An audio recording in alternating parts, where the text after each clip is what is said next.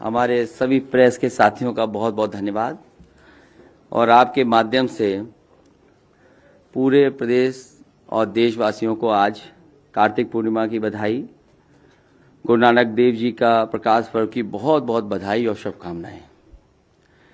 साथ ही साथ इस मौके पर मैं देश के सभी किसानों को बधाई देना चाहता हूं, जिनके संघर्ष से और जिनके लगातार आंदोलन और तीनों काले कानून के खिलाफ उन्होंने जो आंदोलन छेड़ा और उसका परिणाम ये है कि आज तीनों काले कानून वापस लिए गए हैं। काले कानूनों की वापसी अहंकार की हार है। ये किसानों की जीत है, लोकतंत्र की जीत है।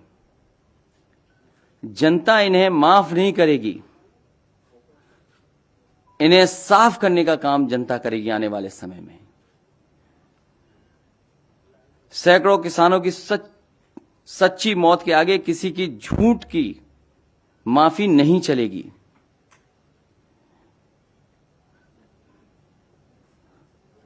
जो लोगों ने माफी मांगी है वो लोग हमेशा के लिए राजनीति छोड़ने का भी वचन दें।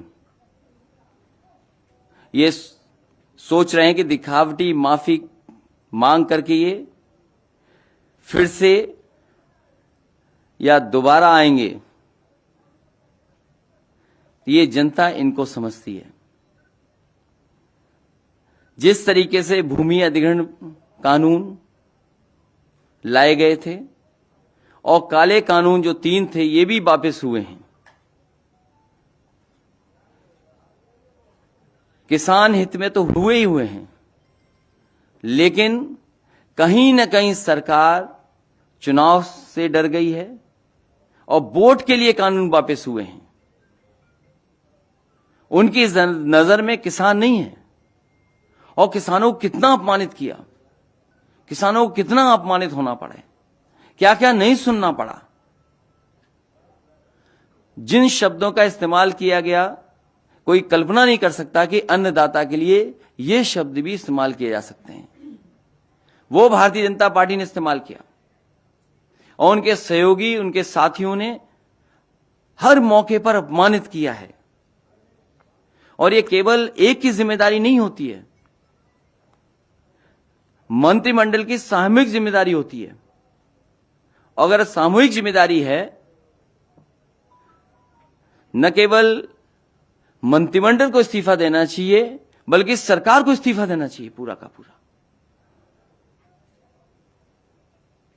और फिर लखीमपुर के हत्यारे कैसे बच जाएंगे?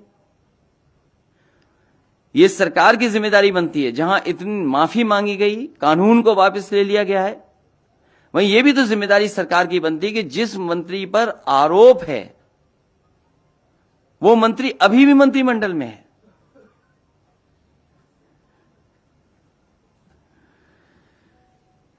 और मैं कह सकता हूं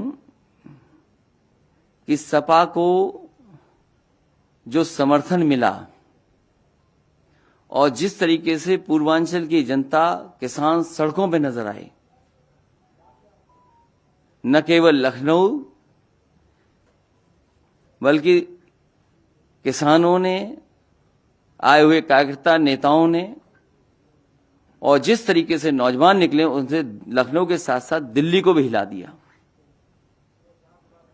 याद होगा एक कानून ऐसा लाया गया था चुनाव से पहले, एक फैसला सरकार का ऐसा भी लिया गया था। क्या उससे अर्थव्यवस्था आज उभर गई? जो उस समय फैसला सरकार का था, क्या उससे आज अर्थव्यवस्था सुधर गई है? वो भी फैसला गलत था। वो तो किसी को पूछते ही नहीं है। अगर किसी को कोई याद कर रहा है अगर, तो वो समाजवादी पार्टी आज भी खजांची को याद करती है। इसलिए मैं किसानों को बधाई देता हूं, इस आंदोलन को बधाई देता हूं और जिस तरीके से जनता का समर्थन जुटा, जिस तरीके से पूर्वांचल के किसान नौजवान सड़कों पे आ गए, सरकार घबरा करके इन कानून को वापस ले रही है। और ये जरूरी नहीं है सरकार के लोग ऐसे हैं, हो सकता है चुनाव के बाद फिर ऐसा कोई कानून ले आए। इसका भरोसा कौन दिलाएगा कि भविष्य में ऐसे कानून नहीं आएंगे जिससे किसानों को संकट में डाला जाए। और अगर इनकी नीयत साफ होती तो आज किसानों को लाइन में लगना नहीं पड़ता खाद के लिए। किसी किसान को खाद नहीं मिल रही, डीएपी नहीं मिल रही। पूरे उत्तर प्रदेश में किसी भी किसान को धान की कीमत नहीं मिल रही। आज मैंने सुना कि प्रधानमंत्री जी कह रहे थे न जाने कितना मंडी के लिए इंफ्रास्ट्रक्चर के लिए पैसा दिया। पूरे बुंदेलखंड में मंडी बनी खड़ी हैं। मैं जानना चाहता हूं किस मंडी में किसानों की खरीद हुई है फसल की।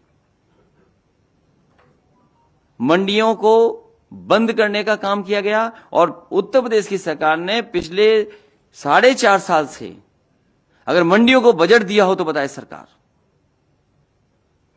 जो मंडी बंद कर रहे हो, धान की कीमत न दे पा रहे हो, गन्ने के अभी भी किसानों का बकाया है, डीजल पेट्रोल महंगा कर दिया हो, खाद उपलब्ध न हो, डीएपी उपलब्ध न हो, कीटनाशक दवाइयां महंगी कर दी हो, केवल किसानों के काले कानून वापस करने के साथ साथ इन्हें अपने जो मंत्री जिन्होंने हत्या की उनका कब इस्तीफा होगा, उन्हें कब मंत्रिमंडल से हटाया जाएगा। इसलिए मैं इस मौके पर किसानों को बधाई देता हूं और जो जनता का समर्थन जुटा है उसके लिए बहुत बहुत धन्यवाद। इसका